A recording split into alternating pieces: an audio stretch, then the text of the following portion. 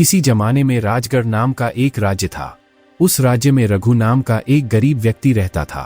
वैसे तो वो दिहाड़ी मजदूर था और दिहाड़ी मजदूरी करके अपना और अपनी पत्नी का पेट पालता था। कुल मिलाकर उसकी जिंदगी बड़ी मुश्किलों से गुजर रही थी। एक दिन रघु की पत्नी ने जिद करके उसे राजा भानुप्रताप के पास कोई काम मांगने के लिए भेजा। गरीब रघु पत्नी की बात मानकर राजा के दरबार में गया और भानुप्रताप से अपने लायक कोई काम मांगने लगा। राजा ने रघु की बात सुनकर उससे उसकी काबिलियत पूछी तो रघु बोला, महाराज, मैं आदमी हो या जानवर, उसकी शक्ल देखकर उसके बारे में बता सकता हूँ। राजा ने उसे आश्चर्य से देखा और कुछ सोचकर उसे अपने शाही घोड़ों के अस्तबल का इंचार्ज बना दिया। इस बात को करीब 7-8 महीने बीत गए। एक दिन राजा फुर्सत में थे और अपने शाही बगीचे में घूम रहे थे और घूमते घूमते वो शाही अस्तबल की तरफ पहुंच गए। राजा को देखकर रघु ने उन्हें हाथ जोड़कर प्रणाम किया। रघु को देखकर उन्हें रघु की वो बात याद आ गई जो रघु ने कही थी कि मैं आदमी हो या जानवर, उसकी शक्ल देखकर उसके बारे में बता सकता हूँ। राजा भानुप्रताप ने रघु को आजमाने के लिए रघु से अपने सबसे महंगे और मनपसंद घोड़े के बारे में पूछा तो उसने कहा, महाराज, घोड़ा नस्ली नहीं है। राजा को हैरानी हुई, पर उन्होंने रघु से कुछ नहीं कहा और तुरंत सैनिक भेजकर जंगल से उस घोड़े वाले को बुलवाया जिसने वो घोड़ा महाराज को भेंट स्वरूप दिया था। जब राजा भानुप्रताप ने घोड़े वाले से पूछा तो उसने बताया, घोड़ा नस्ली तो है, पर इसके पैदा होते ही इसकी मां मर गई थी, इसलिए ये एक गाय का दूध पीकर उसके साथ पला बढ़ा है। ये सुनकर राजा को फिर एक बार बहुत आश्चर्य हुआ। उसने तुरंत रघु को बुलवाया और पूछा, तुमको कैसे पता चला कि घोड़ा नस्ली नहीं है? रघु ने कहा, महाराज, जब ये घास खाता है तो गायों की तरह सर नीचे करके खाता है, जबकि नस्ली घोड़ा घास मुंह में लेकर सर उठा लेता है। राजा भानुप्रताप उसकी काबिलियत से बहुत खुश हुए।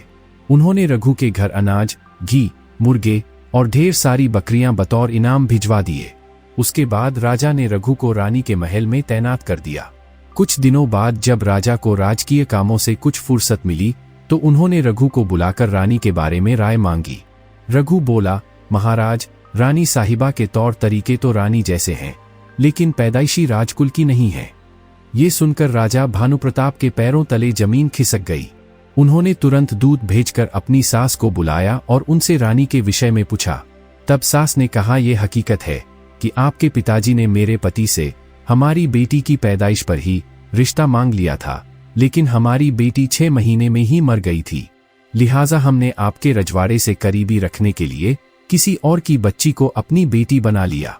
राजा को फिर एक बार बहुत आश्चर्य हुआ और उन्होंने रघु को फिर बुलाकर पूछा, रानी के बारे में तुमको कैसे पता चला? तब रघु ने कहा, महाराज, रानी साहिबा का नौकरों के साथ सुलूक गवारों से भी बुरा है। एक खानदानी इंसान का दूसरों से व्यवहार करने का एक तरीका होता है जो रानी साहिबा में बिल्कुल नहीं है। राजा भानुप्रताप फिर उसकी पारखी नजरों से खुश हुए और फिर से उन्होंने रघु को बहुत सारा अनाज, भेड़ बकरियां बतौर इनाम दी। साथ ही अब की बार रघु को अपने राज दरबार में तैनात कर लिया। कुछ वक्त गुजरा। फिर एक दिन राजा भानुप्रताप फुर्सत में थे तो उन्होंने फिर रघु को बुलाया और अब की बार अपने बारे में पूछा। रघु ने कहा, महाराज, जान की सलामती हो तो कहूं। राजा भानुप्रताप ने वादा किया तो रघु बोला, ना तो आप राजा के बेटे हो और ना ही आपका चलन राजाओं वाला है। ये सुनकर राजा भानुप्रताप को बहुत गुस्सा आया, मगर वे जान की सलामती का वचन दे चुके थे, इसलिए उन्होंने रघु से कुछ नहीं कहा और सीधे अपनी मां के महल में पहुंचे। फिर मां से पूछा तो मां ने कहा, ये सच है बेटा, तुम एक चरवाहे के बेटे हो। हमारी कोई औलाद नहीं थी। एक बार महाराज शिकार पर गए हुए थे। वहां पर एक गरीब महिला मरी हुई थी और उसके बगल में तुम रो रहे थे और तुम्हारे चारों तरफ बहुत से भेड़ बकरियां थी। महाराज को तुम पर तरस आ गया और उन्होंने तुझे गोद ले लिया। मां की बात सुनकर राजा भानुप्रताप सीधे अपने महल में वापस आ गए और रघु को बुलाकर पूछा, बता, ये भेद तुझे कैसे पता चला? रघु हाथ जोड़कर बोला, महाराज, जब कोई राजा किसी को इनाम दिया करते हैं तो हीरे, मोती और जवाहरात की शक्ल में देते हैं, लेकिन आप हमेशा भेड़ बकरियां और खाने पीने की चीजें दिया करते हैं।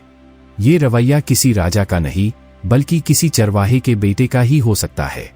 राजा भानुप्रताप रघु के जवाब से बहुत खुश हुए और अब उन्होंने उसे अपना खास सलाहकार नियुक्त कर लिया।